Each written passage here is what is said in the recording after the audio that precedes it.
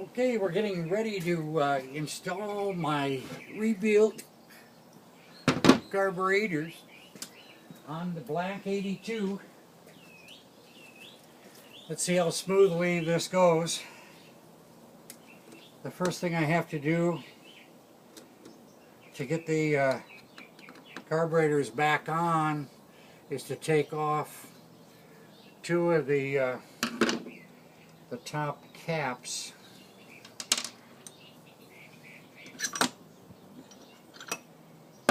So I have clearance.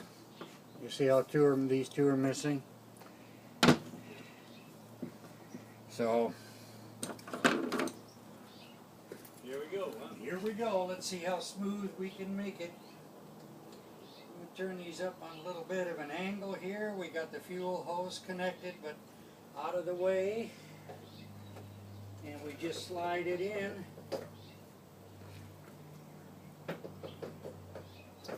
It says in the book, huh?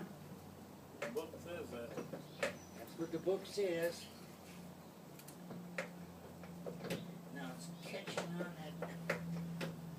So these have to get out of the way maybe a little bit. And this might be giving me a little trouble.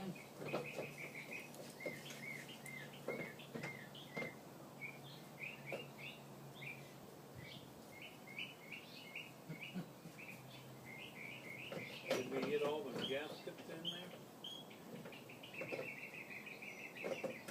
No.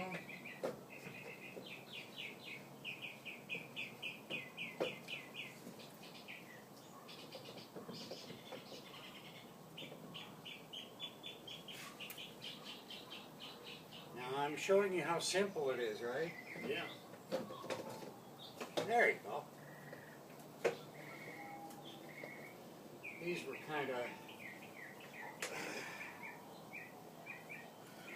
ignition spark plug cables were kind of in the way, so now we're aligning we're twisting back the manifolds a little bit, and now we can put those caps back on.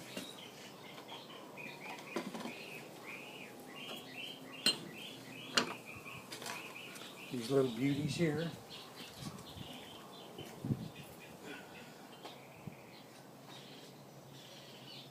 So am I doing it right, Edward? I believe.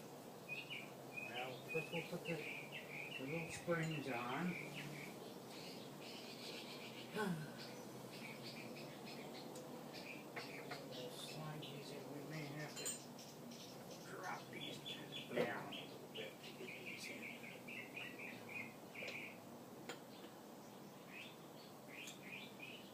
Now you have to be real careful handling the four screws that go put these on, because hold those tops on, because if you drop one of them, it can drop right down into the open intake right now. That's not And good. if the valve happens to be open, the intake valve open, it'll go right into the cylinder, and you have to take the engine apart to get it out, which is very bad news. And I ran across I bought a bike that had just that problem. It didn't have any compression in one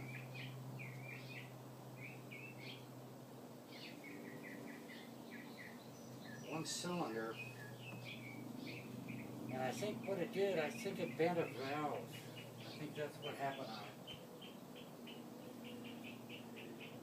Matter of fact, I have I saved the screw. I've got the screw. I've got a magnet board in there, and I save all of my nails that I get with flat tires, that kind of thing.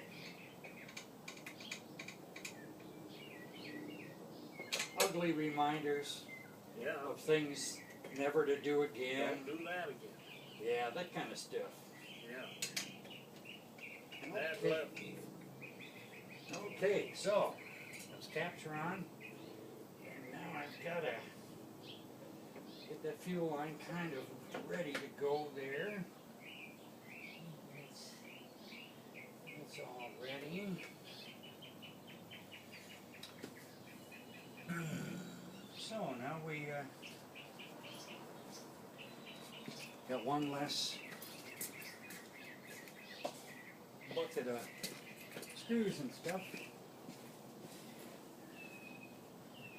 I think we can start with this, bolting down the manifolds. So to do that, I've got new O-rings, one for each of the four. And I use a silicone grease on them. Eddie was wondering why I don't just grease the manifold. Well, they fit up into slots in the manifolds, and so you grease the O-ring and then you slip up into the slot. If you grease the manifold, they'll slide around. Might be a little helpful. But this seems to work pretty good. So now we're just going to start all of these four on this side here.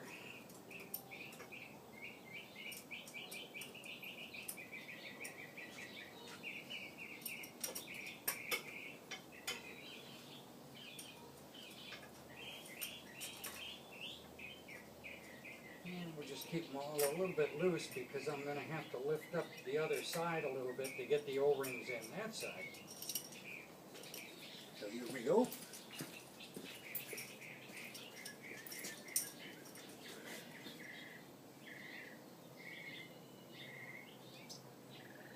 Lift it up and slip it in there. Lay it there, and then when this drops down, oh, slicker than snot, pardon the expression.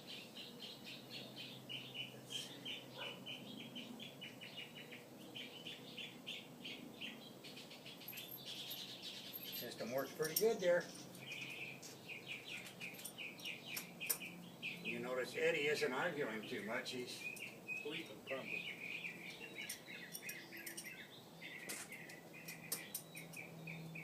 He knows my system works pretty good.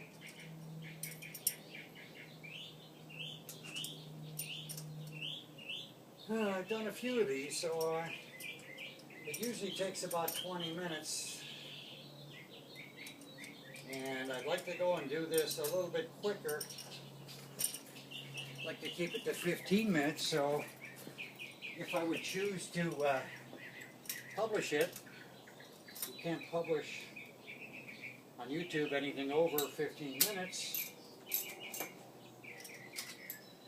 And naturally, we didn't time it, did we, Eddie? Nope. How long has it been? Over 15 minutes. Really? Has it been 15 minutes so far? I don't know. Really? I didn't keep track of it. No, I had little momentary blackouts here and there. Little flops. I would guess it's been about 5 minutes. 5 or so. I don't know. I mean, gosh, Eddie, you're not doing much. You could help, you know. You know, you could think ahead a little bit. Yeah. Want me to stress my frame and my brain. Well, yeah. Then I'll get all complicated and mixed up. Well, you know, it's... get the spark plugs on here. That's a good thing to put spark plugs in. Yeah. Run I away. have the kill switch on. I want to change that before I forget it. Okay, now we have to cut the fuel line because I installed a new fuel line going to the carbs, and I made it a little long.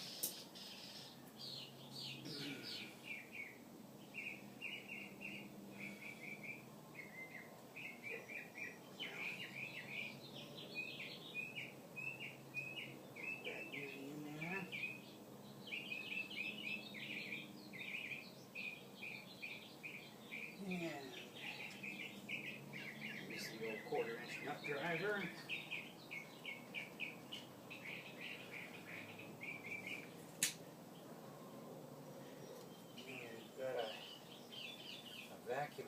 clearance line on these 1100s that has to be connected so you don't have any vacuum leaks. I'll put that on before I forget it. And now I have to open up the carburetors manually, and then I'm putting a Phillips screwdriver in there to block them so that they're held open. This is another part I have to put on. It's a good time to do it. It's a bracket you have to take off. It holds the choke cable. And to get the carburetors off, you have to take this item off. And we'll pop that puppy back on there.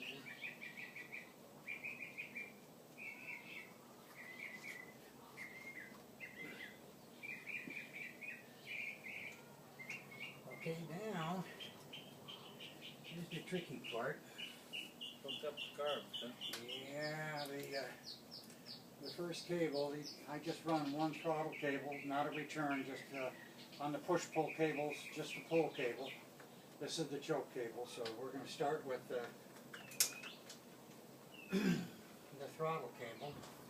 And I got my hemostats to reach in here and grab the puppy, bring it on through.